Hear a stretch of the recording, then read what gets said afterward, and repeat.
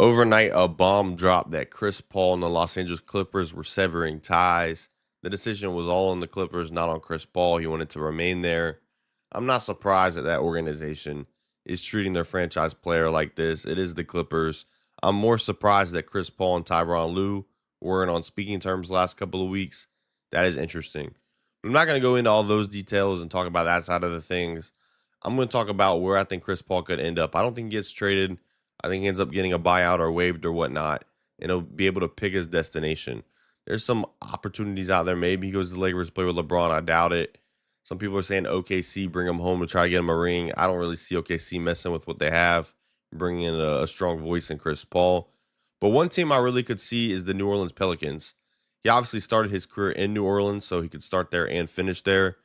Head coach James Borrego, the interim coach, is familiar with Chris Paul. He was an assistant coach for the Hornets and Chris Paul's last season there, so there's some familiarity there.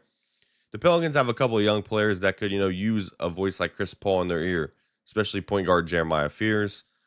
I mean, it can't hurt having Chris Paul coach him up, give him some tips, see what he sees for the rest of the season. Also, Derek Queen could use a guy like Chris Paul. Why not? It only helps. He is DeAndre Jordan mentoring him right now, which is a former teammate of Chris Paul, and Kevon Looney. And the Pelicans, they don't have their own first-round pick this year, so they want to win games.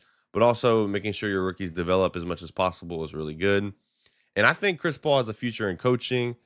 Now, he has a son. Maybe he wants to go home, be with his son, and coach up his son before he gets into coaching. But maybe the Pelicans is an organization he can, build a foundation with their young players. And maybe in a couple years, if the Borrego thing doesn't work out, or if the Pelicans elect not to make Borrego the full-time head coach, maybe Chris Paul becomes the head coach of the Pelicans. Who knows?